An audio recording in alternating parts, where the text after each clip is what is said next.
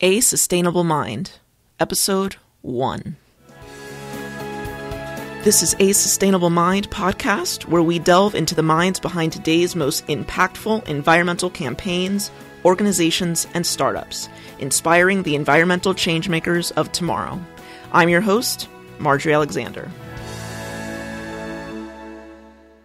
Today, I'm excited to welcome to the show Greg Seaman. How are you doing this morning? I'm fine, thanks. How are you, Marjorie? Excellent. Before we get started, I'm actually recording this about 15 steps from rush hour traffic, but Greg, on the other hand, happens to be recording it at his home where he lives off the grid on a remote island. So, Greg, why don't you tell us a little bit about the view you have over there? Well, I'm at the reverse. I'm sitting on a rocky shoreline here with the water lapping at my feet. I'm looking at my boats floating in the water. I don't see anyone as far as I can see. It's a beautiful, beautiful, breezy, lovely morning. Well, we're actually going to talk a bit about your off-the-grid lifestyle here in a few minutes, so why don't we get started? Greg Seaman is a native of Long Island, New York. He grew up in an urban environment on both coasts of the United States. After college, his first job was as a supervisor of a museum exhibit that explained the impact of modern-day human lifestyles on the natural environment.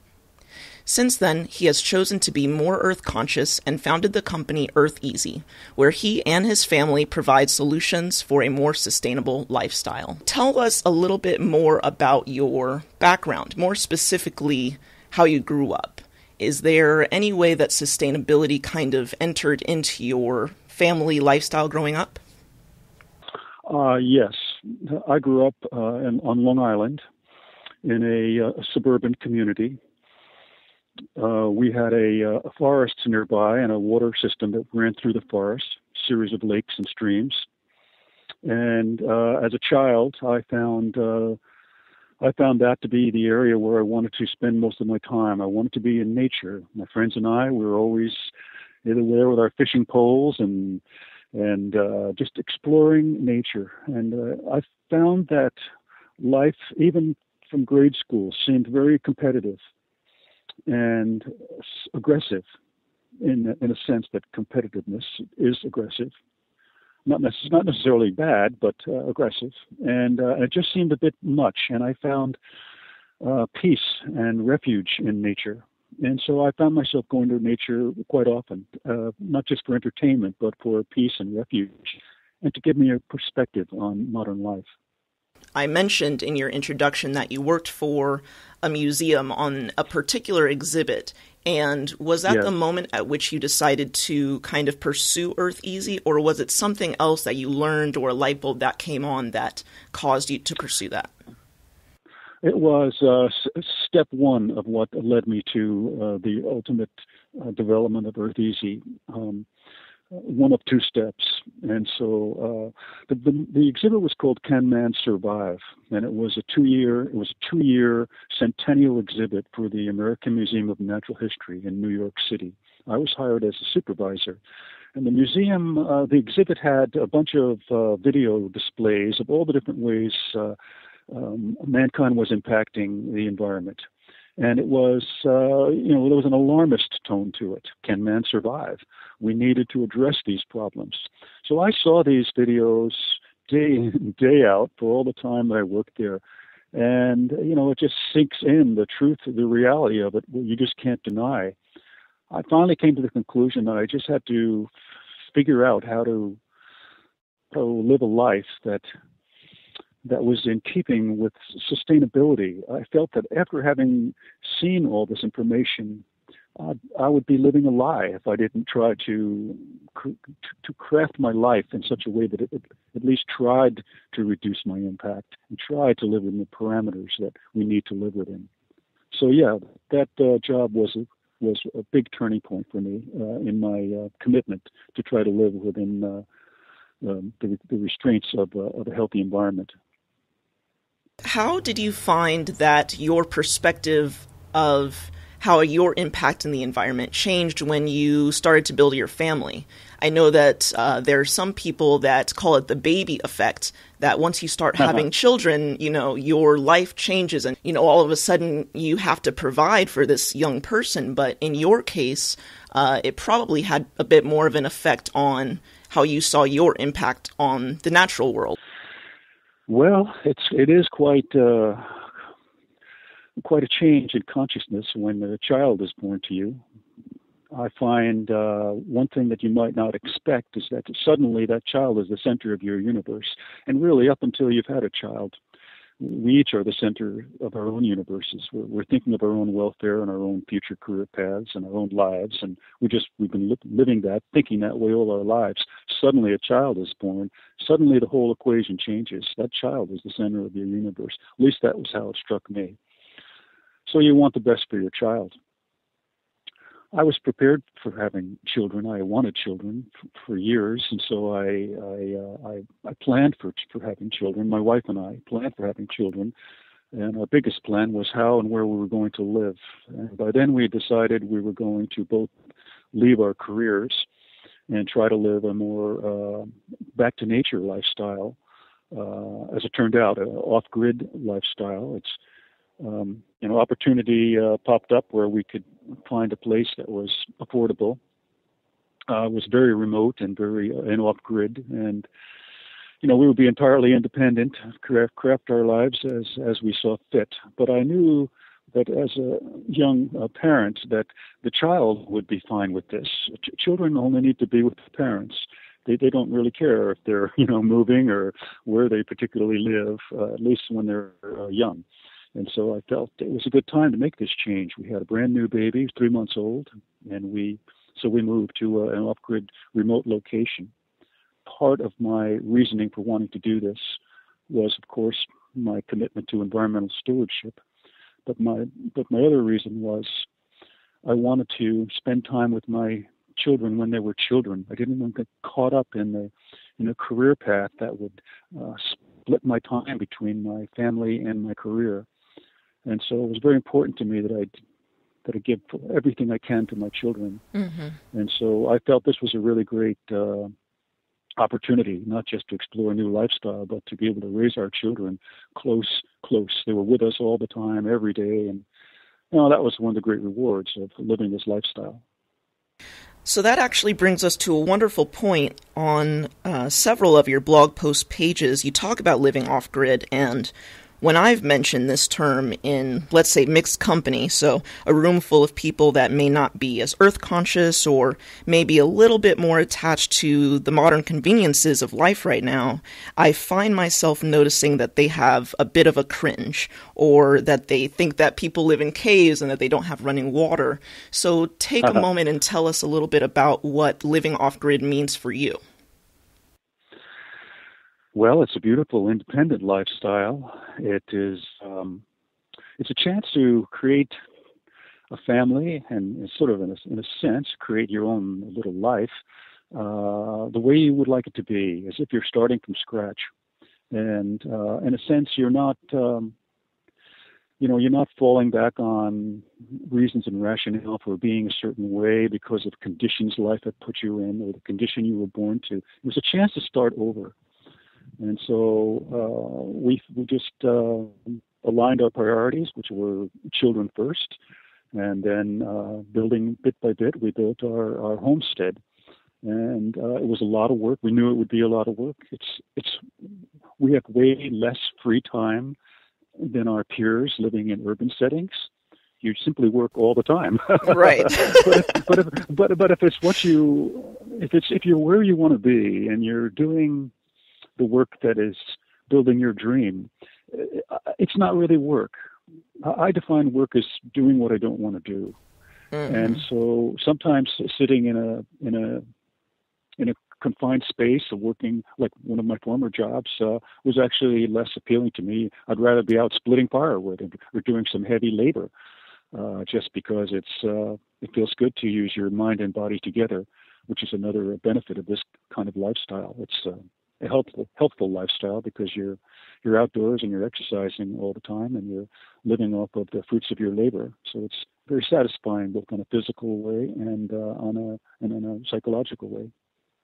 And you've been very blessed, if I might say, that you've been able to build a business out of this lifestyle. So as far as Earth Easy goes, what is the most let's say, challenging part of the process of building this earth conscious business? Okay. Well, living on the island, we needed money. I got into a partnership with some friends, and we had a woodworking business selling gifts and souvenirs, selling products to the gift and souvenir market. And everything we made was from waste material, most case branches. We fashioned branches into 25 different products. And over the years, after about 18 years, the business eventually melted down. I found myself at age 50 suddenly without work. And my children were in school, in middle school and high school. And so that's the height of your financial obligations as a parent, is when your children are that age, the teen years. And so I was really in a tough spot. But nonetheless, I had a really clear and strong vision of what I was going to do, which was build Earth Easy. The challenge was I was not considered a technical person in my former job. I really didn't like computers and didn't really want to learn. It's just a bad mindset.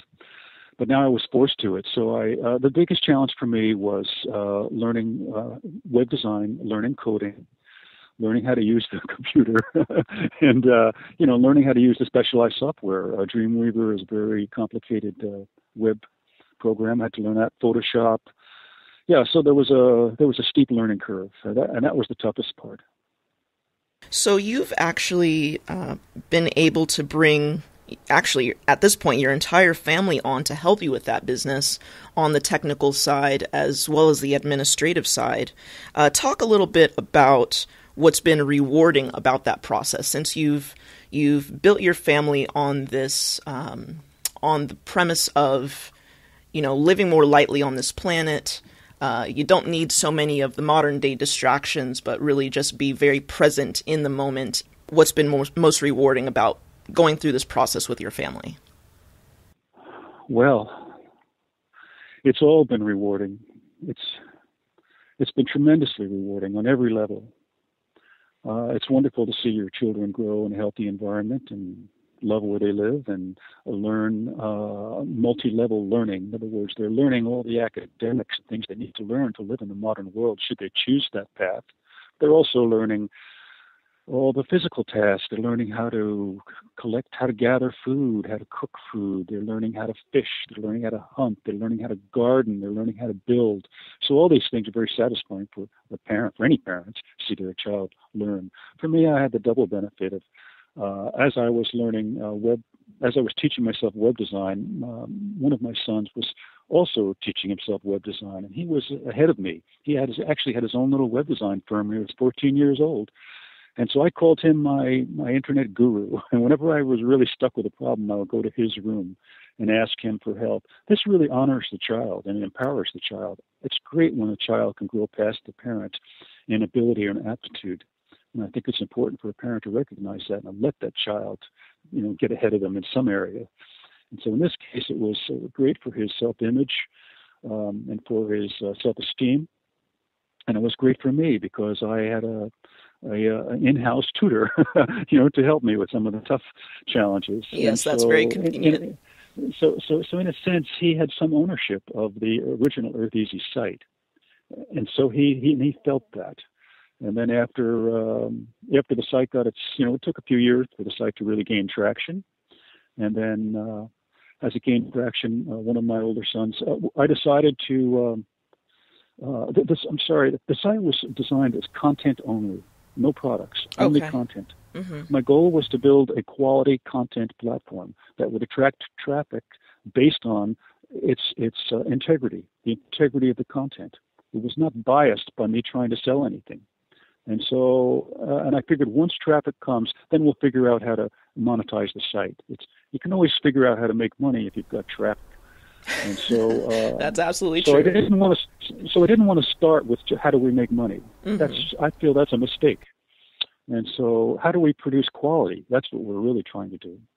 And so once I felt the quality was up to snuff, finally I started to bring in a couple of products. Brought in some composters just to get going, and started selling composters and things related to organic gardening.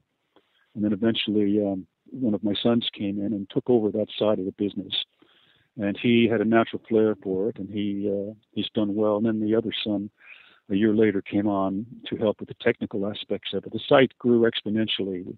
We've had over 100% growth every year for over 15 years. The site's grown phenomenally, and so we need their expertise. And now today there's I don't know how many people involved. There's 12 on the payroll, probably another 8 contract workers. So it's probably maybe 20 people that are involved in one way or another. And so it would be impossible for me to run this myself. So my sons now have taken the lion's share of the responsibility of running the business, allowing me the luxury of being the editor. So I can really put everything I have into content and bring other writers in, and without having to think or worry about the logistics of running a business. So it's been a really lovely partnership, and it's been very rewarding as a parent to have this dual relationship with my children. One, a normal parent-child relationship from growing up in a beautiful shared environment. Two, sharing their responsibilities and challenges of running a business. And both endeavors have been successful, so I consider myself doubly lucky. That's wonderful. Are your children living a lifestyle that they kind of grew up with? Do they live in the city now? What do their lifestyles look like a little bit? Okay, that's a really good question. To run a business like this, eventually you can't do it all from a little remote island. If you want to bring in talented professionals with specific skill sets to do all the various tasks involved, you're just not going to find that talent pool in a very small community. And so eventually the business has migrated to a city environment, and the boys run it from town, and they come up and visit as often as they can. In fact, one son is here right now. He's working from here for the week. He's working remotely for the week.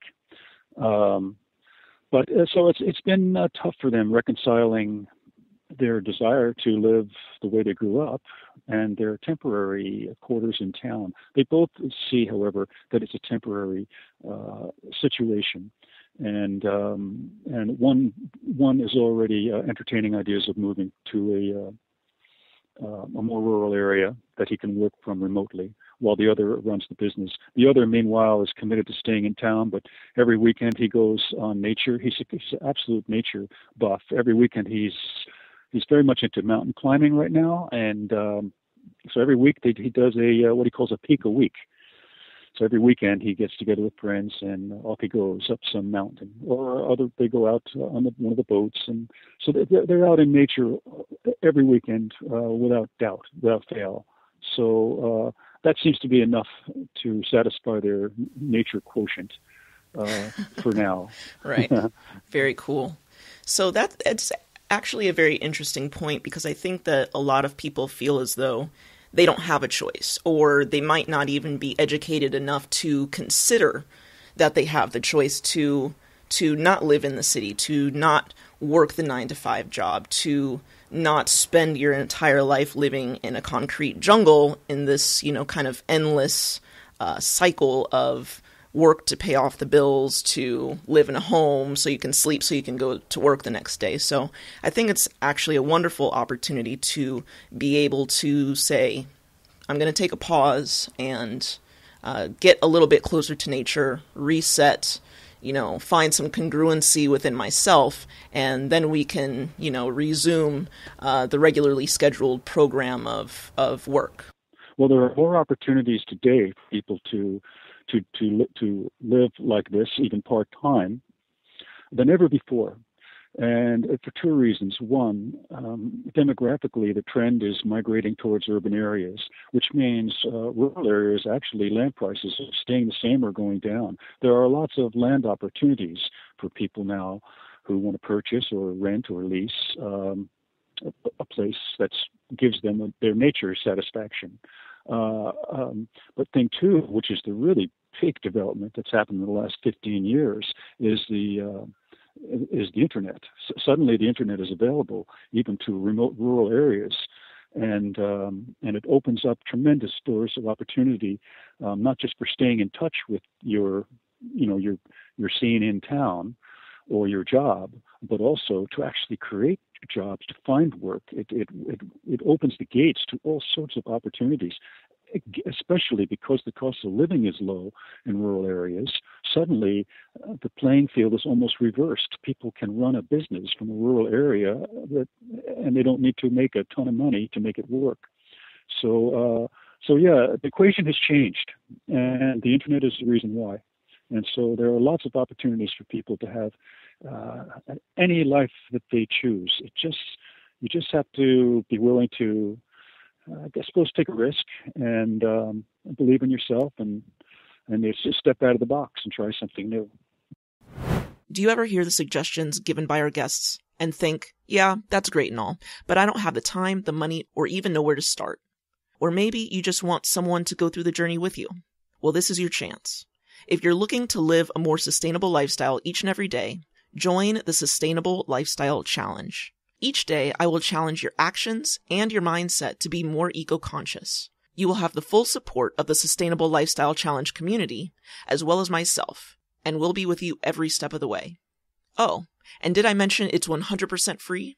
The challenge starts September 12th, so don't miss out on the action. Hop on over to sustainablelifestylechallenge.com and sign up today. See you there.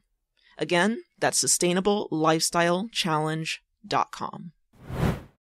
I would like to take a little bit of a detour, and this is what I like to call the lightning round. So it's a point where we take 30 to 60 seconds for each question, and I'm just going to race through, and you give me the first answer that comes to your mind. I'll do my best. Okay. What was holding you back from putting this project or this company in motion, if anything? Time on task. It took years of learning and actual first-hand experience to feel comfortable, to develop the knowledge base, and so that I would feel comfortable writing the material that our site puts forward. I needed to speak from a place of credibility and authenticity, meaning I had to actually do the stuff that I'm writing about. Right. Well, that took some years. Absolutely. What is the best advice that you've ever received? Easy. Spend time with your children while they are young. This advice is partly why we chose the homestead lifestyle. I think that's fantastic advice. But when I was a kid, I grew up on a beach in a beach town on Long Island, and in the summer, all your neighbors would be out there in bathing suits, and you could talk to anyone. It was a chance for children to speak with adults in the community. There actually weren't many other opportunities, and so I would talk with grown-ups. I was always interested in what grown-ups had to say, and I remember that was a recurring theme. I would often hear them say, the only regret I have is I didn't spend enough time with my kids when they were at enough times that it really sunk in. And I actually consider that the best advice I've ever received. Can you share one of your long-standing personal habits that you believe has dramatically improved your life, in addition to what you just answered for the last question? Yes, moderation in all things. It sounds like a cliche. Cliches are cliches because they have an element of truth in them. So moderation in all things, if you can remember that, it will serve you all your life. And I think of that crosses my mind probably every day in some one way or another. You want another beer, Greg? I think I'll stick with 2. Moderation in all things. 6 hours working on the computer, I think I'll go out in the garden. Moderation in all things. Balance. What is one new habit that you are cultivating in your life right now? I'm trying to become a better listener. My father used to say, you only learn when you listen. All these many years later, I'm realizing I should have listened to my father. So, yeah, listening. And this one I might need to lower this dollar amount for you specifically, but what is one purchase that you've made in the last 6 months that is $100 or less that has had the most impact on your life? That's a curious question. I would say you're going to think this is silly, but it is a fishing rod. For $60, I bought a fishing rod. It is symbolic. It means I'm now going to go back to simple fishing at night out of my dory. In other words, row fishing, no motor. And I've fixed up my old reel, and my old rod was busted, and so I'm getting back into what I call hand fishing. It's a lovely way to be out on the water in the evenings. If you're lucky, you'll come home with food for the table. If not, you've had a wonderful time. I need to remind myself to stay slowed down, to just slow down. So this fishing rod is symbolic to me. If your younger self had access to a time machine and could travel to the present to speak with you, what would he ask you? He would say, "You are where I want to be. How do I get there?" A roadmap, right? That's right. What's the roadmap to get to where you are right now, sitting on that bench, looking out on this beautiful shore and feeling really good about your life? How do I get there? Do you have an internet resource that you can share with our listeners? I like Environmental Working Group. I think they're a great outfit. They're very objective.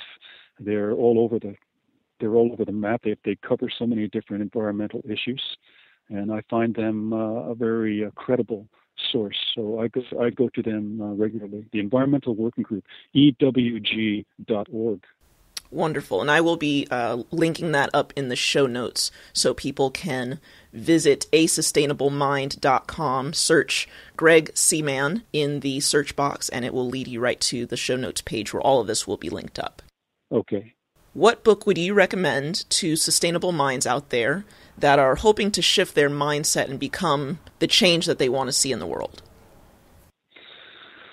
I would recommend a book by Jeremy Rifkin, Rifkin, and the book is The Zero Marginal Cost Society. It's a terrible name for a book because it doesn't mean enough to people to want you to pull it off the shelf and read it. Mm-hmm. But it is so worth reading. It is a terrific book. Anyone with a future must read this book because it is a well-researched, thoroughly researched analysis of where we're going in the next 5, 10, 15, 20, 30 years, bit by bit, in all the different aspects of our lifestyles.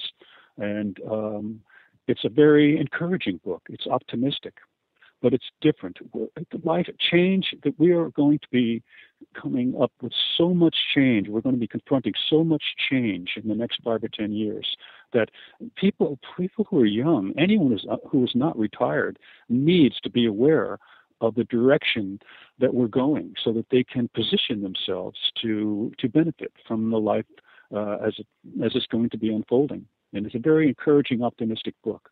So I really think people should read this book. Well, I'm definitely going to check that out because that sounds very interesting, actually. So thank you for that. You're welcome. So it's been a very long journey from start to finish, and from the museum to, the success that you're experiencing right now with EarthEasy.com. So if you could recreate the level of success that you're experiencing with EarthEasy, but you had to do it in only 12 months, what would you do differently? First of all, I think it's possible to do it in 12 months, and although it would be a hard 12 months. But the primary task would be to research information and develop content that's unique and authentic. And it needs to be outlined, and the outline can now go on. Now you can build a site, and then one gets busy filling it in. No time should be wasted on income generation. All attention should be put into content and quality of information. And if you can do that for 12 months, at the end of 12 months, you'd have a pretty solid platform with which to monetize. In other words, to find ways to draw an income from. Do you have any words or a parting piece of guidance to give sustainable minds out there? I do. And it may sound like a cliche, but it's one that I see so many people do not do, and that is to visualize your goal to the finest detail possible. when I was young and I wanted to live, when I was young, being in the woods, forest, and during my high school years, just young, formative, I just craved something different. I knew I did not want to live in New York and do what my parents did. And so I visualized a goal. When I started my business, I visualized a goal. In both instances, the goal came out literally exactly the way I had visualized them. And what I'm getting at is the visualization has to be as sharp as possible, almost like a Polaroid photograph that you carry in your mind. You can see it. This is my goal, and it's exactly how I want it. And when you are really clear and specific in your mind, you don't have to tell other people, but when you really got it crisp and clear in your mind, opportunities arise and obstacles dissolve. I believe, I know this sounds kind of airy-fairy, but I believe the universe senses your intention. Every cell in your body senses your intention because you have stated it in visualizing it. And then as you move forward with your visualization, obstacles seem to melt away, and life seems to let you have your goals as long as you're clear about it. But it's funny, most people don't do that. They just have a rough idea of what they want to do and let life just happen. Well, I absolutely agree with you that intentionality has a whole lot to do with where we get in life and the legacy that we leave behind for all those generations after us. So thank you for that. You're welcome. So now we're going to say goodbye. Is there, how would we find more about you and Earth Easy? Where can we find you online? EarthEasy.com. It's all there. And if you just hit the Our Story button, you'll see my picture and a lot of information about our lifestyle growing up here, and lots of articles that might interest people who might have similar interests in life. And also, one of my goal in building the site was not so much to encourage other people to live this lifestyle, but to show people things that we've learned in this lifestyle that can transfer to modern lifestyles in urban and in suburban environments. So there's lots of information that is transferable to any living situation. That was really the intention from the beginning. Well, you've given us some fantastic insights, and I want everyone to visit his website at eartheasy.com. You can also find them on Facebook and Twitter, and I'm going to be linking all of that up in the show notes, so you can go to asustainablemind.com, search Greg Seaman, Seaman. So thank you so much, Greg. You're very welcome, Marjorie. And enjoy the rest of that wonderful view that you have. Okay. Thank you, and bye for now. You've been listening to A Sustainable Mind podcast. To hear more interviews just like this one, please subscribe on iTunes or visit asustainablemind.com. Thanks for listening, and see you next time.